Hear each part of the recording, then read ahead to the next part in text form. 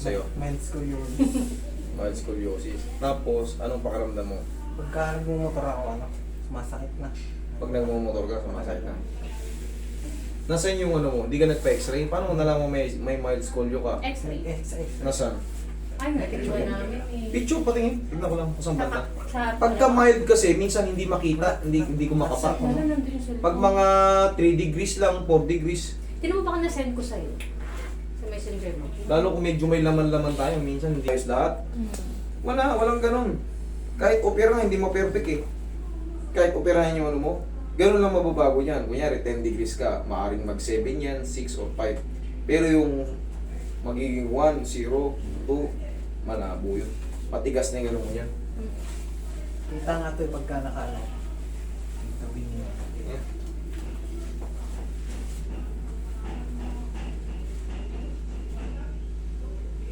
Hindi halata, halika ma'am. Dito ka. Kailangan may ibang tao titingin eh. Pag may ano kasi bubukol yun dito mo, pagka ano, pero pag mild lang niya, yan buto, tingnan mo ako. Ayoko. Parang pantay lang din yan. Mild lang naman din. Ito, dito lang. Kasi pagka nilainingan mo yan, katulad niya, maputi ka. Susunod yung guhit ng pulaw. Titignan mo ngayon kung saan, ayan o, tignan mo kung saan tatabingi. Ito lang, konti lang. Oo, yun yun. Ayan o, pantay pa rin o. Konti lang. Tama ka nga, mild scolio lang. Pero yan, siguro mga ano lang yan, 7, 6. Mahirap itansya pero sa araw-araw ko nakikita, ito. Kita. Ayan o, di ba gumuhit? Oo, uwi. Maputi siya kaya kita eh. Tama. Pero mga ganyan, madali lang yan idol. Di ba pag nagmumutol ka, nangangawit ka, full reset natin yung good mo. Ang galing. Ang madali na daw siya magtrabaho sa barko. Oo. Pero yan, hindi ka naman nagne-negative sa ganyan sa work. Hindi ka mag-fit work. Hindi ka mag-unfit work. Yung mga ganito eh. Wala yan, hindi yan nakikita. Kahit sa x-ray nakita nila may ganun. Hindi ka rin i-unfit work. Bakit? Kasi may tao talagang ganyan. Bata pa ako nito eh. Oo, may tao talagang ganyan. Hindi yan nakaka-apekto. Mangangalay ka lang dyan, pero kaya mo. Hindi yung talagang tabingi yung spine mo. Hindi. Hindi ganun. Sa'yo ah. Epekto sa natin ng konti yan. Ayos na yan.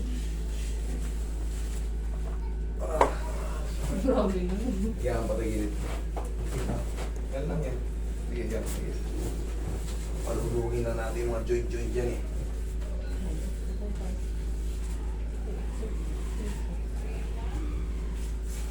Relax na. Grabe.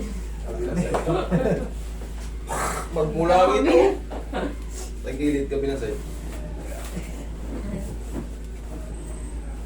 Puso ka rito idol, baka malaglag ka dyan. Dito. Yan. Kailangan lang yan, ma-release na yung mga pressure dyan sa mga joints mo sa vertebrae. Okay, relax na.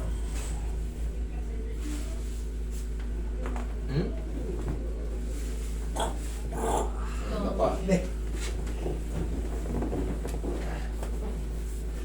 Ganda ng balat kasi. Yan ang magandang balat. Ano yan, di? Mabilis makagaan na ng loob, mabilis matanggap sa trabaho. Ganyan din yung anak niyang bunso. Lalaki, ganyan meron din. Oo, malakas ang ganyan. Malakas ang karisma niya sa mga a-applyan niya. Hindi magne-negative to. Kahit po may, tignan mo, Ando. yung iba, ano yan eh. Papalit-palit nga lang yan kung saan niya gusto. Kasi Mabilis na mga trabaho. No, hindi nare-reject. Tandaan niyo yan, yung may mga, wala namang perfecto ano, pero Oo. karamihan sa may mga pulang balat, hindi nare-reject sa trabaho. Palipat-lipat lang.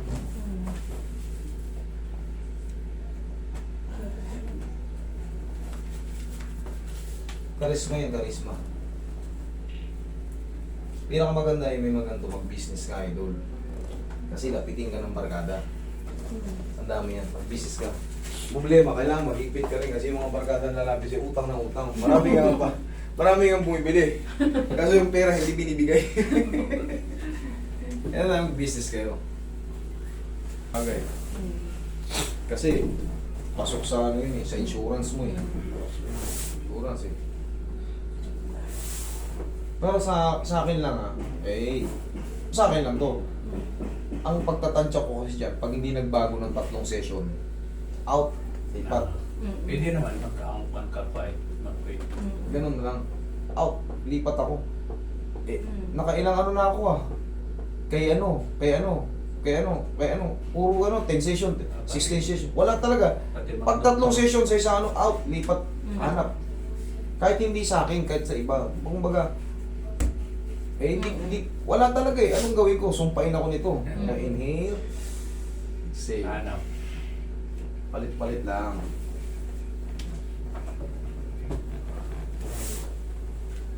Matatagpuan nyo rin. Sana ngayon natagpuan nyo na. At least nagawa. Okay lang. Opo. Opo. Tapos yung tinuro ko sa inyo tayo, mahalaga yung umiidad kayo tayo. Darating ang panahon, 70 na kayo sa mga susunod pang taon. Eh syempre, habang umiidad tayo, mas nagiging weak yung mga resistensya natin. Tama ko yan. Metabolismo natin, babagal pa tayo lalo. Pero kung palagi kayong nagagaganon, hindi nyo mapansin, 85 na ako, ganito pa rin ako ng ganito, malakas pa rin ako. Nakakasabay pa ako sa mga ano. Pagbalik mo sa ospital, hinihigal ka. Pero umaga. Kalakad-lakad ka. Oo, pag may pagkakataong mag-walk, walk, papawis. Tapos nga yung cucumber na yan, mahiwaga yung pagkain na yan. Mataas ang water content niyan. Sa mga diabetiko, kumain kayo niyan. Cucumber. Mm. Cucumber. Lagyan nyo ng suka na may paminta. Mm. Oo, parang gano'n ang kilawin mo. Oo, kilawin. Kilawin. Oo. Pwede nyo namang raw. Oo.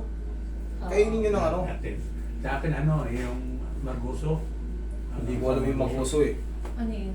Ano sa Tagalog yun? O Tagalog na yun. Watermelon. Watermelon? Ano ba yun? Pakwan? Melon? Hindi. O, Hindi, marguso sa atin. hindi ko Ano ang alam. marguso?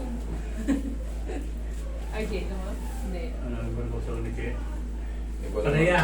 Ha? Palaya. Ang palaya.